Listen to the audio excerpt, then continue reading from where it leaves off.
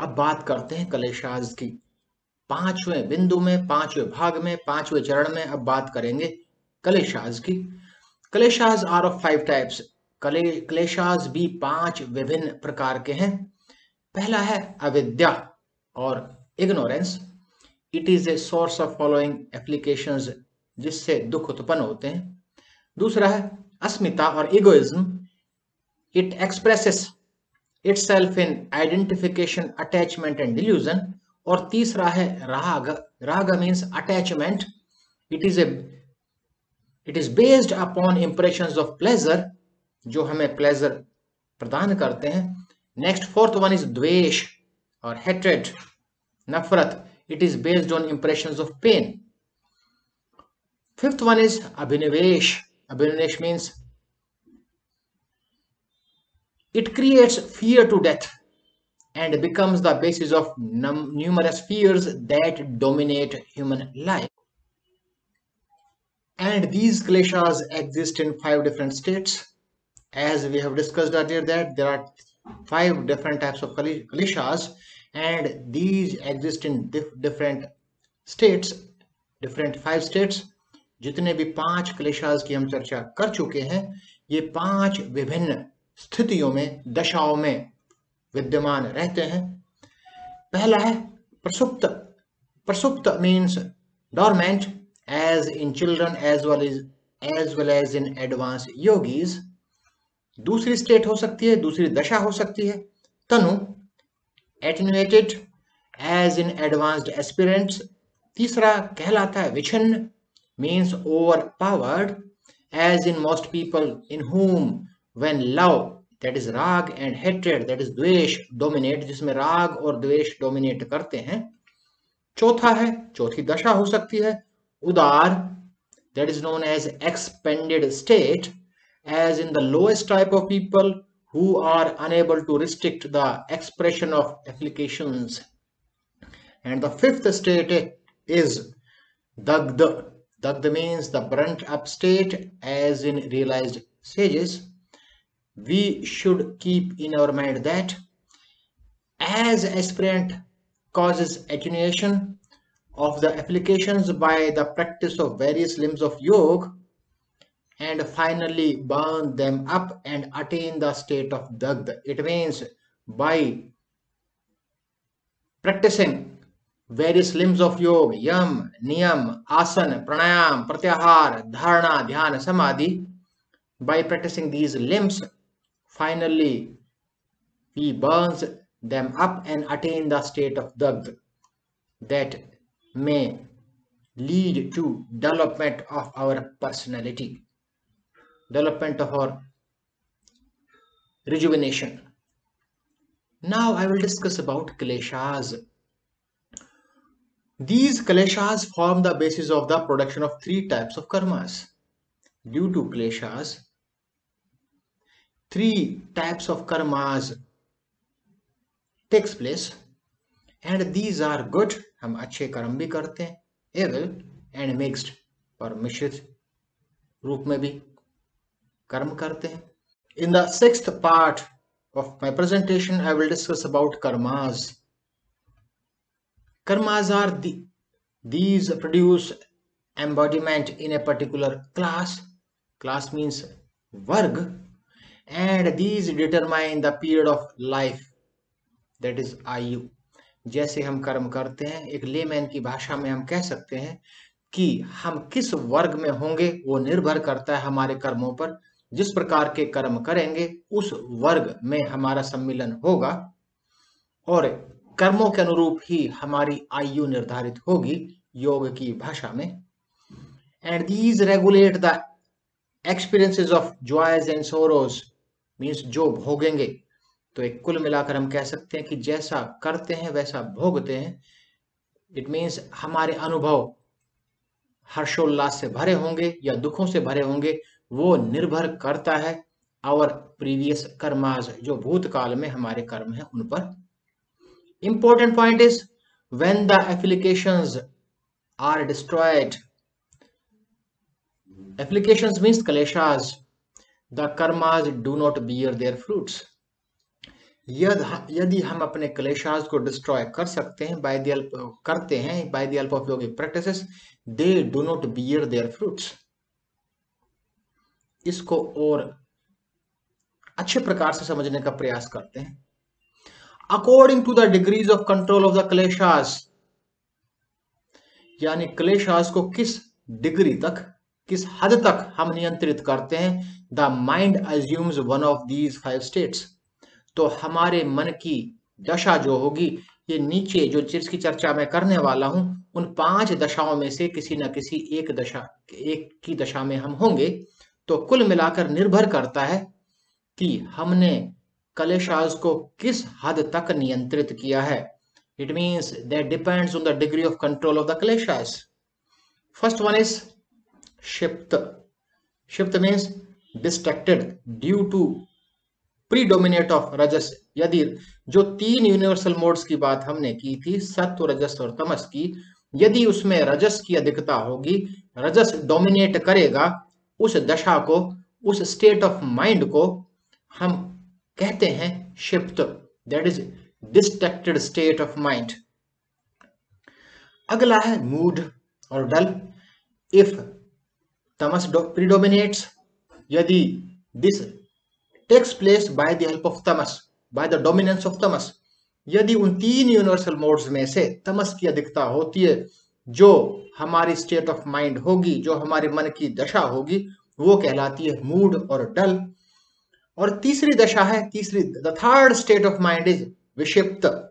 विक्षिप्त means partially gathered और impartially concentrated. क्यों, कैसे? It is due to insufficient predominance of sattva. सत्व तो होगा, यानी उस व्यक्ति विशेष में जिसकी यह दशा होगी, मन की, माइंड की, उसमें सत्व की मात्रा तो होगी, लेकिन वो पार्शली गैदर्ड यानी इनसफिशिएंट होगी, अपर्याप्त होगी. और चौथा है एकाग्र. एकाग्र और means one pointed due to the predominance of sattva, जिसमें सत्व की अधिकता अधिक होगी, वो दशा होगी माइंड की. That state of mind is known as the state of एकाग्र, the state of one pointed. And the last one is, the last state of mind is निरुद्ध. निरुद्ध means controlled. This is due to predominance of knowledge, जहां की ज्ञान dominate करे. That state is known as निरुद्ध. By the help of योग और by adopting knowledge, by adopting सत्व universal mode, we may attain the state of ekagra or niruddha. So these states also plays a positive role in our personality. First 3 out of these 5, I have discussed about 5 states of mind on the basis of the degree of control of kaleshas. Out of these 5 means out of shipt, mood, vishipt, ekagra or niruddha, out of these 5, the first 3, that is शिप्त, mood और विक्षिप्त, ये जो 5 थी, इन पांचों में से जो पहली 3 है, शिप्त, मूड और विक्षिप्त, these belong to those who are involved in the world of birth and death. कि जो अपने आप को, योग की भाषा में, जो अपने आप को जन्म मरण के बंधन से मुक्त नहीं कर पाते हैं. And the last two means एकाग्र, निरुद्ध, जो अंतिम 2 हैं, जो इस सीक्वेंस में, इस क्रम में जिसका प्रस्तुतिकरण आप सबके समक्ष किया गया है, इसमें जो अंतिम 2 हैं, एकाग्र और निरुद्ध, these belong to yogis who attain supreme freedom of the spirit by overcoming the world process. अब बात करते हैं causes of repeated births की. अगर व्यक्तित्व की बात करें तो हम कहते हैं कि इस व्यक्ति विशेष का व्यक्तित्व अच्छा है और इस व्यक्ति विशेष का व्यक्तित्व अच्छा नहीं है. किस बात पर, किससे हम निर्धारित करते हैं? अगर कोई व्यक्ति विशेष अच्छे संस्कार रखता है तो उसको हम अच्छा व्यक्तित्व का व्यक्ति कह देते हैं. यदि किसी व्यक्ति विशेष के संस्कार आज अच्छे नहीं है तो हम कहते हैं कि इसका व्यक्तित्व अच्छा नहीं है.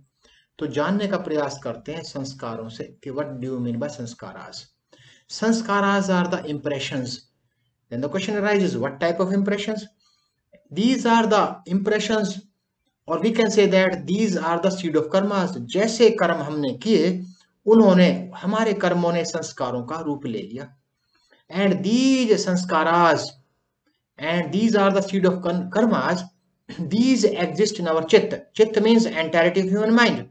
And these are stored in the depth of unconsciousness. As per psychological concept, there are three states of minds: conscious mind, chetan man; unconscious mind, achetan man; subconscious mind, avchetan man. But as per yoga, there are four states of mind. One more, that is super conscious mind, that is param chetan man. Out of these states of mind, the seed of karmas, or we can say that sanskaras, and these exist or stored in the depth of unconsciousness. अचेतनता में exist करते हैं. And vasanas are the subtle desires. वो ये सब इच्छाएं हैं, हमारी desires हैं. और we can say that these are subconscious inclinations, जो हमारे अवचेतन मन में उत्पन्न होने वाली इच्छाएं हैं, वासनास, arising from संस्कारास. लेकिन इनकी उत्पत्ति हुई, जैसे संस्कार होंगे वैसे ही डिजायर्स, वैसी इच्छाएं सबकॉन्शियस माइंड में उत्पन्न होंगी. एंड दीज वासनास गिव राइज टू वृत्तिज, और इन वासनाओं के कारण थॉट वेव्स उठेंगी, विचारों की लहरें उठेंगी. And these takes place in the conscious mind. And we all have three forces. We all have three qualities, and these qualities are memory, association, imagination. हमारी स्मरण शक्ति, हमारा सह संबंध करके देखने का गुण, और इमेजिनेशन हमारी कल्पना शक्ति. Through the forces of these memory, association, and imagination, these vrittis, these thought waves assume the form of desires, assume the form of desires and cravings, that is kama and trishna. And these become the basis of karmas, means basis of actions that lead to further development of sanskaras, or we can say that the impressions that exist in the depth of unconsciousness. ये जो तीन जो हमारे गुण थे, जो तीन force थे, मेमोरी, एसोसिएशन, इमेजिनेशन, इसके कारणवश हमारी वृत्तियां काम और तृष्णा में बदल जाती है, और काम और तृष्णा में बदलने के कारण हमें और नए कर्म करने को बाध्य कर देते हैं, और वो कर्म फिर परिवर्तित होते हैं संस्काराज में. और संस्काराज जो कि बीज हैं कर्मों के, दोबारा से अनकॉन्शियस माइंड की डेप्थ में स्टोर्ड होते हैं, और दैट साइकिल गोज ऑन, और यह साइकिल चलती रहती है. प्रस्तुतिकरण के 7वें भाग में अब बात करते हैं बॉडी लेयर्स की, शरीर की विभिन्न परतों की. Most of the people do yogic practices to glorify only one layer of the body, but we should have an idea about all different layers of the body. हमें शरीर की विभिन्न सभी परतों का ज्ञान होना चाहिए. केवल एक बाहरी परत का विकास करके हम अच्छे व्यक्तित्व का निर्माण नहीं कर सकते. तो बात करते हैं विभिन्न परतों की, विभिन्न शेड्स की, विभिन्न लेयर्स की.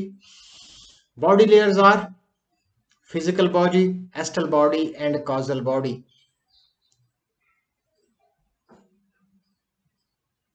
स्थूल शरीर, सूक्ष्म शरीर और कारण शरीर, इन तीनों की विस्तार से चर्चा करेंगे. I will discuss one by one. Physical body, astral body, causal body. Late us start with the first. पहले से शुरू करते हैं. एक अच्छे व्यक्तित्व के निर्माण के लिए इन तीनों शेड्स का, इन तीनों परतों का, इन तीनों शारीरिक परतों का मजबूत होना अति आवश्यक है. Let us start with the first, physical body. What do you mean by physical body? स्थूल शरीर, और we can say that this is अन्नमय कोश. इसको कहा जाता है अन्नमय कोश. Birth takes place, it means we born. Then development takes place, विकास होता है, वृद्धि होती है शरीर की. देन स्टेग्नेशन, स्थिरता आनी शुरू हो जाती है. देन डिटोरेशन, शरीर क्षीण होना शुरू होता है. And at last death takes place. This is the example of physical body. It means that is the outer layer, physical body. We do योग practice to glorify our physical body. हम जो भी योग करते हैं, आसना करते हैं, प्राणायाम करते हैं, उसको हम अपनाते हैं अपने जीवन शैली में, तो हम ग्लोरीफाई करते हैं, पुष्ट बनाने का प्रयास करते हैं अपने अन्नमय कोश को, अपने स्थूल शरीर को, अपनी फिजिकल बॉडी को। पर अच्छे व्यक्तित्व के लिए केवल फिजिकल बॉडी का, स्थूल शरीर का, अन्नमय कोश का विकास ही पर्याप्त नहीं है। अच्छे व्यक्तित्व के निर्माण के लिए जो दूसरे बचे हुए 2 कोश हैं, उन कोशों को भी मजबूत करना अनिवार्य है, नहीं तो हम अच्छे व्यक्तित्व का विकास नहीं कर सकते। और वो है एस्ट्रल बॉडी, सूक्ष्म शरीर, और कॉजल बॉडी, कारण शरीर, दोनों को हम जान लेते हैं। Astral body, astral body has 3 different सब लेयर्स। जो सूक्ष्म शरीर है उसकी 3 विभिन्न उप परतें हैं। दैट इज प्राणिक शत, मीन्स प्राणमय कोश। सेकंड वन इज मेंटल शत, मनोमय कोश। थर्ड वन इज इंटेलेक्चुअल शत, विज्ञानमय कोश। प्राणिक शत, this astral body, सूक्ष्म शरीर, that is connected to the physical body with a subtle thread. When the thread is cut, that departs physical body. This pranic shat is responsible for our sensory related functioning. We feel or we experience heat, cold, hunger, thirst. हम गर्मी, सर्दी, भूख, प्यास, इन सब की अनुभूति हम करते हैं प्राणिक शत से। The mental sheath, the second one is the second सब layer of the astral body. जो एस्ट्रल बॉडी की जो दूसरी सब लेयर है, जिसको कहा जाता है मनोमय कोश, that is known as mental sheath, that is responsible for our day to day activities. But this is very jump in nature, and in our life we experience thought, विचारों का अनुभव या विचारों की उत्पत्ति हमारी मेंटल शत पर, मनोमय कोश पर निर्भर करता है। डाउट, शंका उत्पन्न होना इस पर निर्भर करता है। एक्सलरेशन, हर्षोल्लास, हम सबको हर्षोल्लास की अनुभूति ही मेंटल शत करवाती है। डिप्रेशन, यदि हम अवसाद में प्रवेश करते हैं, we experience depression also due to this mental शत। एंड डिल्यूजन, यदि हम में भ्रम की स्थिति पैदा होती है, यह भ्रम की स्थिति भी that is also due to mental sheath. The third sub layer of astral body, सूक्ष्म शरीर का तीसरा उपभाग, उपपरत, the subsheath is known as intellectual sheath, that is known as विज्ञानमय कोश। दिस विज्ञानमय कोश guides mental sheath. It means this also control and guide. It means the mental shat work as per the instructions or as per the guidance of intellectual shat. The discrimination and the decision making takes place by intellectual shat. What is right, what is wrong, the discrimination as well as decision making. We take different decisions. That decision may be good, that decision may be bad, that is taken by intellectual shat. But important point is our ego also resides in this. So to develop personality, we should develop this astral body also, and by using different yogic practices, especially by the help of meditative practices, we may strengthen, we may develop our astral body also. Let us discuss about the third main layer of body, that is known as causal body, karan sharir. This is a seed body. Seed body means this is a blueprint of the plant. This is a seed. It will produce the stores. तो जैसा बीज है causal body में, means causal body वो बीज है, seed body है। जैसा बीज हमने रोप दिया, उसी प्रकार का पौधा उत्पन्न होगा।